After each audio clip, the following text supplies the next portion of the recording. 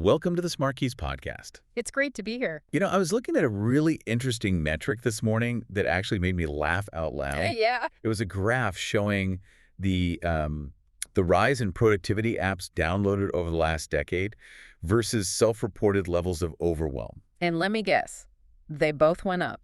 They're trending upward in perfect unison. It's this paradox, right? The more tools we have to save time, the more scattered and stalled we actually feel. It's absolutely the defining tension of work right now. We've got the tools, we've got the software, but we haven't optimized the person using them. The real question isn't, what's the best app? Right.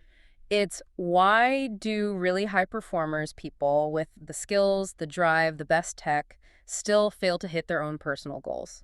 That is exactly what we are unpacking today. We're doing a deep dive into productivity mastermind groups based on a really fantastic breakdown by Felix Römer. And it's important to set the stage here. Yeah, I think so too. If you hear mastermind and you think of like a casual coffee chat. Where you just vent about your week. Exactly. That is not what this is. We're talking about strategic business infrastructure. Precisely. The context is just so critical.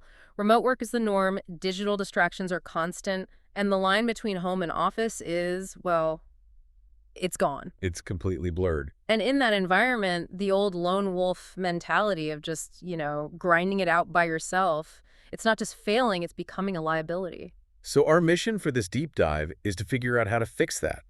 We're looking at peer-run systems, specific pacing, accountability, things that turn vague ambition into, measurable quarterly results. And what's so interesting in Römer's piece is that the solution isn't another app. It's not an algorithm. It's human. It's human. It's about building a system around the person. Okay, let's get into the mechanics of momentum then.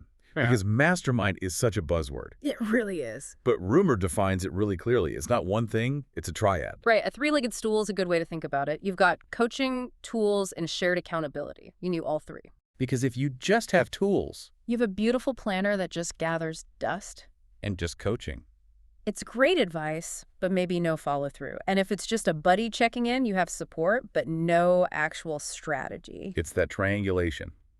Okay, I want to drill down on a case study from the article that I think makes this crystal clear. They call it the author model. This is a fascinating example. It strips away all the fluff. So paint the picture. A group of writers, they get on a Zoom call, state their goals, and then they hit mute. They just work. That sounds so counterintuitive. On the surface, it seems ridiculous, doesn't it? Why join a call to be silent? Yeah, I can do that alone for free. But this taps into a psychological concept. Some call it body doubling or borrowing momentum. Okay, explain borrowing momentum. To a skeptic, that sounds a little like adult daycare. It really comes down to the cost of starting.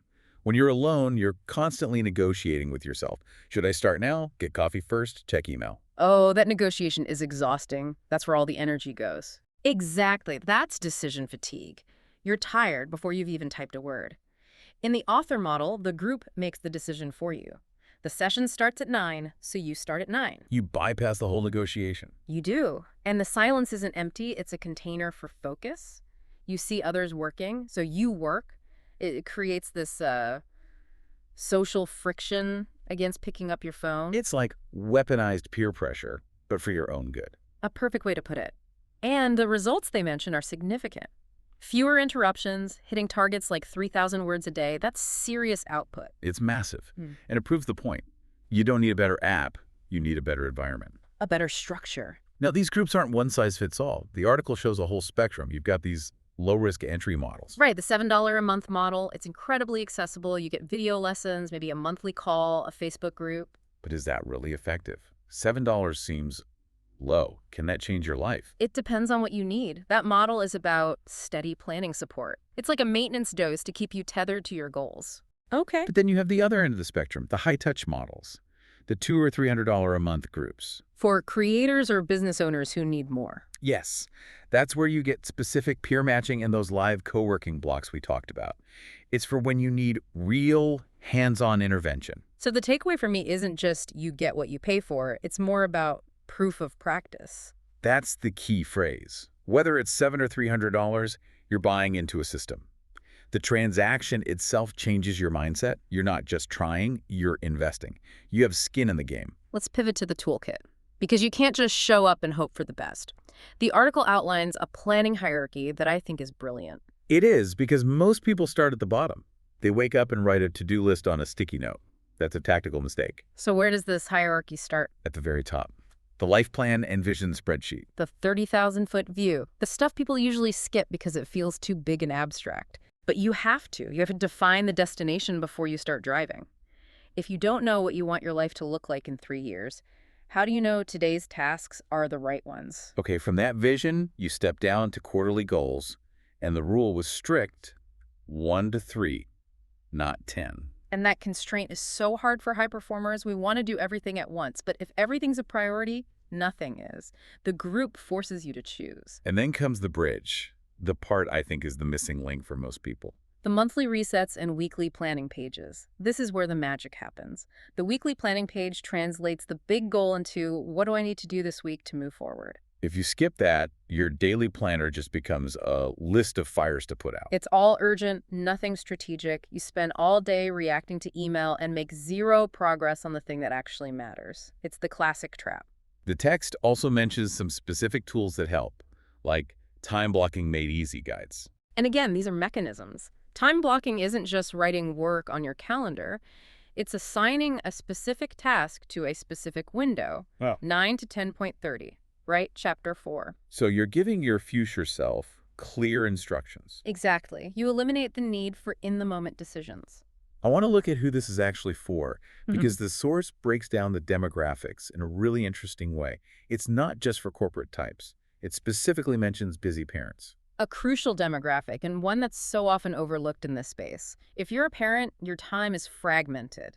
You don't have these huge blocks of deep work time. You're working in the margins. You have to be a sniper with your time. You do. And advice from a single 25-year-old tech bro just doesn't apply. You need to hear from another parent how they handle it when a kid gets sick. The value there is contextual tactics. And then you have business owners and creatives. Yeah. For them, it seems like the value is more about what I call the mirror effect. Yes, that's a great term for it. As a founder, you get tunnel vision. You fall in love with your own bad ideas. Or you avoid the scary but necessary things. Right. And a mastermind group acts as a mirror. They give you that objective, sometimes brutal feedback. You've been talking about this for 3 months. What's the holdup? That feedback can sting. It should. That's why it works. It cuts through the stories we tell ourselves. And finally, the group called the overwhelmed, which feels like pretty much everyone right now. It does. And for them, the mastermind is a safety net. It's permission to not carry that entire mental load alone. Just having the structure in place can be a huge relief. Okay, let's make this tangible. I'm listening. I'm sold. I sign up. What does the first month actually look like? The source has a 30-day blueprint. It's a great roadmap. Week 1 is setup, not grinding. You set the vision, choose those 1 to 3 goals, and this is non-negotiable, you block the time on the calendar immediately. You're claiming the territory before anything else can. You have to. You can't find time. Time is never found. It's made. You have to carve it out. So week 1 is architecture. Then weeks 2 and 3 are the implementation phase. This is where the rubber meets the road. And honestly, it's where most people quit. The novelty wears off. Right. So the structure is vital. You're using the workbooks, but more importantly, you're tracking your hours to spot time leaks. Time leaks. That's such a visceral term. Because it's expensive. You think you worked all morning, but the tracker shows 45 minutes on social media and 20 minutes looking for a file. The deep work was maybe 40 minutes. That's painful to look at. It is, but you can't fix what you don't measure. The coaching calls are there to help you plug those leaks. You report back, the group helps you problem solve. Then week 4 is the review phase. The monthly reset, you look at the data, what worked, what didn't, and crucially, what are you going to drop? That permission to drop things is huge. We usually just add more. It's essential. Productivity isn't just about doing more, it's about doing the right things. Week 4 is about pruning the process, so month 2 is even better. Seeing it laid out like that, setup, implementation, review, it just removes the intimidation factor. It's a 30-day experiment. That's the healthy way to see it. It's iterative. Be better than last month. I want to zoom out as we head toward the end here. What does this shift tell us about the future of work? The source suggests success comes from simple, repeatable steps, not waiting for motivation. We're seeing a cultural shift. The whole hustle culture of the 2010s hashtag Team No Sleep, it's dying. It just burned everyone out. The future is about sustainability. Yeah, have to be. It's about building systems that run even when your motivation is at zero. Because motivation is a feeling, and feelings are fickle. You can't build a career on a feeling. Exactly. Systems are reliable. You don't get inspired to brush your teeth. You just do it. It's a system. Professional growth needs to become the same thing. The text also mentions this idea of hybrid learning, a mix of self-paced videos and live interaction. And that is the future of professional development. We know pure self-paced courses have a terrible completion rate. We buy them, watch 2 videos, and quit. We all are. But pure coaching is expensive. This blend is the sweet spot. You learn the concept on your own time, but then you have to show up on Tuesday to actually implement it with the group. It closes the gap between knowing and doing. That gap is where dreams go to die. The mastermind builds a bridge over it. I want to hit one more concept before we wrap. Time freedom. It sounds like a paradox. We're talking about adding more structure meetings, checklists. How does that create freedom? It feels restrictive at first, doesn't it? But the alternative is chaos. When you don't have a plan, your brain is constantly running this background process of worrying about what you're forgetting.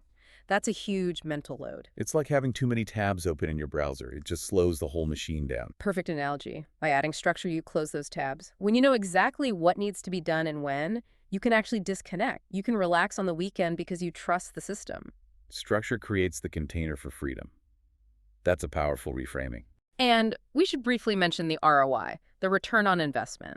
Whether it's $700 or $300, people hesitate to spend on productivity. It feels intangible. But the return is calculated in finished projects. What's the value of finally launching that product? Or reclaiming 10 billable hours a week? The ROI is massive. You're buying back your own life. It's the difference between being busy and being effective. You know, this whole thing really challenges the idea that we're supposed to just figure this out on our own. We aren't designed to. We're social creatures. We bought into this myth of the solitary genius, but high performance has almost always been a team sport. So as we wrap this deep dive, what's the one provocative thought you want to leave the listener with? I want to leave you with this. Willpower is a finite resource. It's a battery that drains every day.